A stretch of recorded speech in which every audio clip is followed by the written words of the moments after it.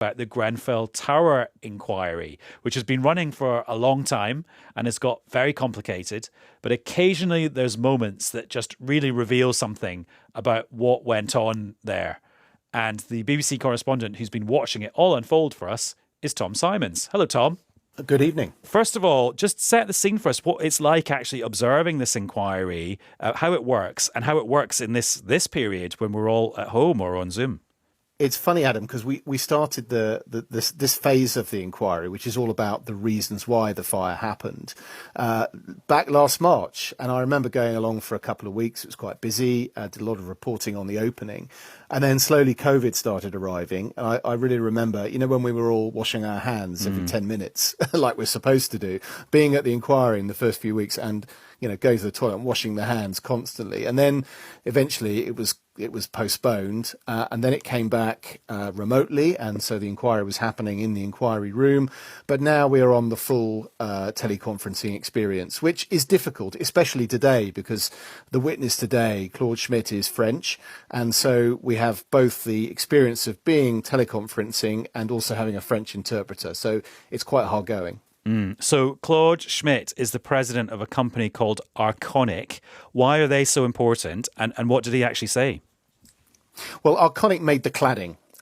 They make cladding for lots of buildings, but they did make the cladding for Grenfell Tower. Now, within that statement, there's a lot of complexity. Arconic's a big multinational company. They make metals, effectively, but they, over the years, have developed a product called ACM, which is effectively two very, very thin sheets of aluminium around a plastic core, as it's known, so a layer of plastic. I've been describing it as a bit like a grilled cheese sandwich, and sadly, grilled is relevant here because we had this stuff tested shortly after the fire, and when you set light to it, effectively, we did it in a lab in Scotland, the plastic starts melting like a grilled cheese sandwich, and it spreads out and runs down and sort of spreads fire.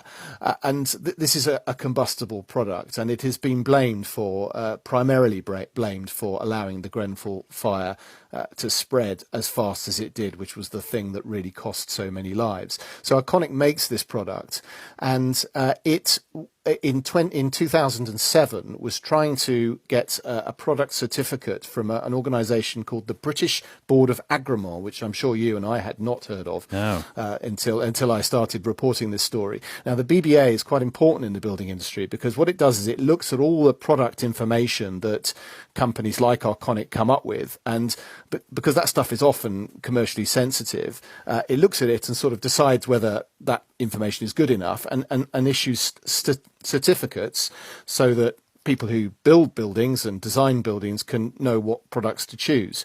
And in the case of Arconic in 2007, it was trying to get a certificate for its cladding. Now, the issue was that the BBA wanted obviously all the documents and all the fire tests that had been carried out. Arconic had done some fire tests in 2004, and one of them had gone very well. The other one had not gone well. And in fact, out of A to F, which are the possible ratings, actually A1, A2 to F, it had been given a Class E. Now, what we heard today at the inquiry was that the BBA had asked for this information. Arconic had given the test that had gone well, but had not passed on the tests that had gone badly. And the certificate was issued in due course. It didn't mention any of this. The BBA says it wasn't told about any of this. And today, Claude Schmitt, who's the president for Arconic in France, said, when he was asked, whether this wasn't a misleading half-truth. And this was after a long period of questioning about this. He eventually said, yes, you can see it like that. So an admittance of sorts at the inquiry. Arconic was telling the BBA a misleading half-truth. Oui, ça peut être vu comme ça. Yes, you can see it like that.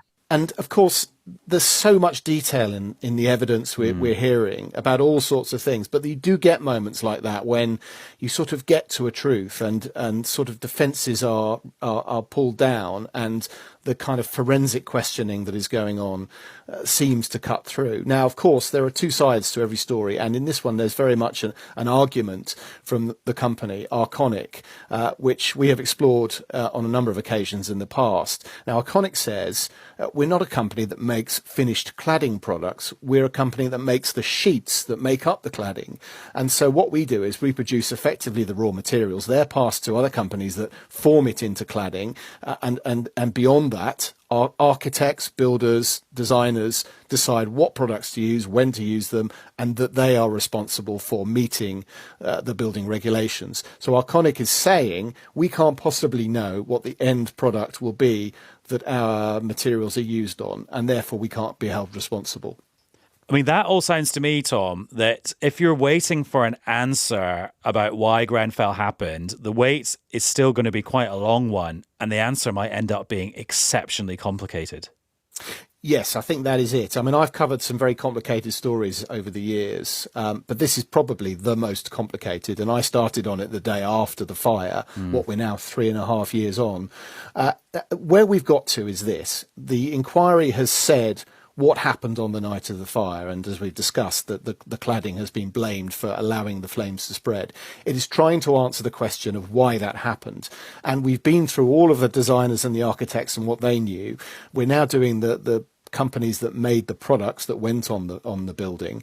We're then going to get to the council and the KCTMO, the organisation that managed the building, and then there's going to be a long period where the inquiry dissects the building regulations that were in place at the time, and we're going to see various governments and various officials put under questioning to understand why the regulations were as they were. And there are plenty of people who will tell you that the regulations were not fit for purpose. And then the inquiry is going to go away. It's going to spend quite a lot of time, I imagine, writing a report, and that report's going to be published. As you say, it's going to be complicated. But it doesn't end there, because in the background is a massive police investigation. And we know that the police are looking at potential crimes such as corporate manslaughter and breaches of health and safety. And once the police decide what they're going to do, they have to go to the Crown Prosecution Service. They have to decide whether to prosecute. And then eventually one day we might see the justice that many of those who lost relatives or survived the fire are so... well, they're holding out to see that justice. And that's the thing that really matters to them. Tom, thank you very much for keeping across all that very complicated detail for us. No problem, Adam. If you ever want more on it, just get in touch. Thank you.